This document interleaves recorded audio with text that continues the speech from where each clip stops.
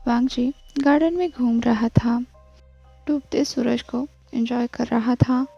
हमेशा की तरह उसने एक ग्रे रैबिट को अपनी छाती पर पकड़ा हुआ था। उसके कानों के साथ वो खेल रहा था और रैबिट भी वांगजी की बाहों में बहुत ज़्यादा खुश था। धीरे धीरे इधर से उधर उछल कूद कर रहा था। कुछ दिनों पहले जब वांगजी वादियों में ऊशियान के साथ घूम रहा था, तब उसे ये ग्रे रैबिट मिला था। उस वक्त तो वांगजी ने कुछ भी नहीं कहा, पर इस रैबिट ने एक पल के लिए वांगजी का ध्यान क्या खींच लिया। अगले दिन ये रैबिट वांगजी के पास पहुंच गया था और अभी वो उसके गार्डन का हिस्सा था। ये ख्याल आते ही वांगजी के चेहरे पर मुस्कुराहट आ गई। सब कुछ एक सपने की तरह लग रहा था। उसे यहाँ आए हुए बस कुछ हफ्ते ही बीत गए थे, पर ऐसा लग रहा था कि वो हमेशा से यहीं पर रहता है, इन वादियों में, इन रैबिट्स के बीच, हमेशा से ऊशियान के साथ। जब से वो यहाँ आया है, ऊशियान हर दिन उसके साथ होता है, मतलब हर रात।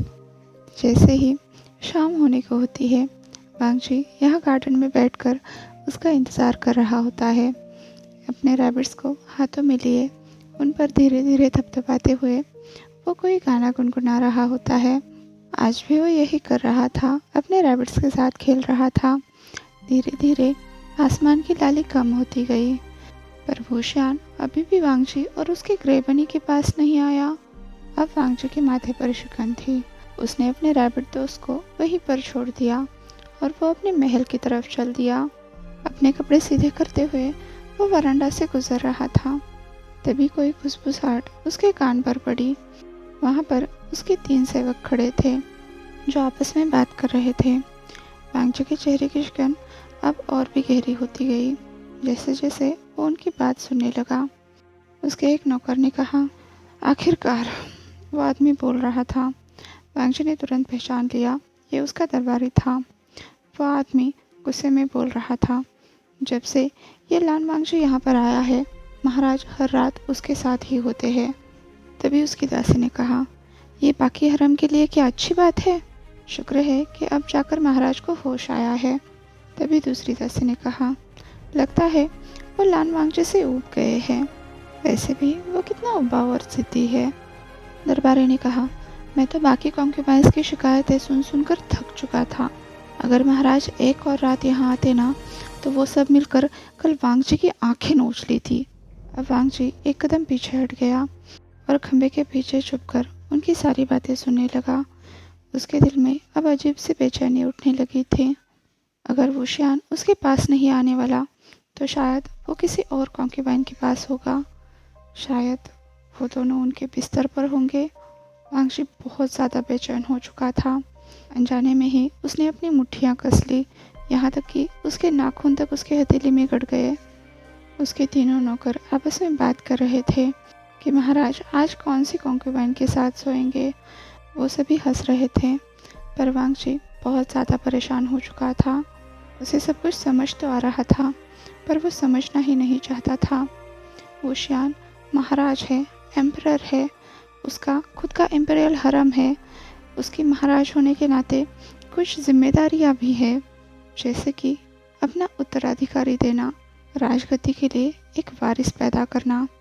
चाहे वांगजी को पसंद हो या नहीं हो, पर उसे इस सब से गुजरना पड़ेगा। ऊशियान को अपने लिए एक वारिस पैदा करना पड़ेगा। इसीलिए तो जब इम्पीरियल हरम के लिए कॉन्क्यूबाइंस चुनी जाती है, तो उनका चयन करने के लिए भी काफ़ी सारी दिक्कतें होती है, काफ़ी सारी परीक्षाएं होती है, और सिर्फ बड़ी परिवारों की बेटियों के लिए ही ऐसी प्रतियोगिताओं में हिस्सा लेने की अनुमति होती है।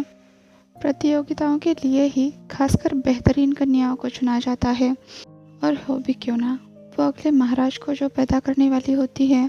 वैसे इन कॉन्क्यूबाइंस को चुनने के पीछे एक और वजह भी होती है, महाराज का राजसी संबंध बनाना। हाँ, उनका एक और उद्देश्य भी होता है, महाराज को सब तरह के सुख देना। वांगजी को अभी एहसास होने लगा था, अकेला वांगजी ही नहीं है जो ऊशियान को ये सब दे सकता है। अचानक से वांगजी का दिल भारी हो गया। फिर वो धीरे धीरे अपने नीचे कक्ष की तरफ बढ़ने लगा। कमरे में पहुंचने के बाद भी वांगजी को सुकून नहीं मिला। वो बेचैन हो रहा था, कमरे में ही इधर से उधर चल रहा था। बार बार एक ही ख्याल उसके दिमाग में आ रहा था और वो जितना इस बारे में सोच रहा था उतना ही वो और भी ज़्यादा परेशान हो रहा था। बिना कुछ सोचे उसने सीधा अपनी दासियों को आवाज़ लगाई और जब तक वो उसके पास नहीं आई वो घूरते हुए दरवाजे की तरफ देखने लगा। उसकी बेचैनी की बदौलत उसके पैर तक शांत नहीं हो रहे थे। उसकी दासियों को आने के लिए कुछ पल ही लगे होंगे, पर वांगजी के लिए वो सदियों के बराबर थे। पर आखिरकार दरवाज़ा खुल ही गया और उसके खुलते ही वांगजी का माथा ठनका, क्योंकि वहाँ पर वही दासी खड़ी थी जो उसे बोल रही थी कि वुशियान अब वांगजी से ऊब चुका है। एक बहुत ही कड़वी बात वांगजी की ज़बान पर घूमकर चली गई। बड़ी मुश्किल से अपने आप को शांत रखते हुए वांगजी ने कहा, मुझे महाराज की पसंदीदा शराब ला कर दो। दरवाज़ा बंद होने तक उसने अपना चेहरा वैसे ही सख्त रखा था, और जैसे ही वो अकेला हुआ वो परेशान हो उठा। उसे समझ नहीं आ रहा था कि वो कर क्या रहा था। वो दासी भी बिना वक्त गवाए तुरंत उसके लिए शराब लेकर आई और वांगजी ने बिना शुक्रिया अदा किए तुरंत उस शराब को हाथ में लिया और दासी को भेज दिया। पैर पर पटकते हुए वो गलियारे में आ गया और रात की चांदनी को देखने लगा और बिना सोचे शराब के उस जार को पी गया, एक साथ तीनों। शराब से उसके गले में जलन हो रही थी, पर आंखें बंद करके वो चुपचाप उसे सह रहा था। वो शुक्रगुजार था कि वुशियान के साथ उसे दोबारा एक बार मौका मिला था, पर उसे औकात में रहना सीखना होगा। वुशियान की ज़िंदगी में वो बस यही तक सीमित है। उसे अपनी भावनाओं को, अपनी उम्मीदों को, अपनी आशाओं को सीमित करना होगा। अब शराब ने असर दिखाना शुरू किया। वांगजी की नज़र धुंधली होने लगी, सर घूमने लगा। बड़ी मुश्किल से वो अपनी आंखें खुली रखने की कोशिश कर रहा था।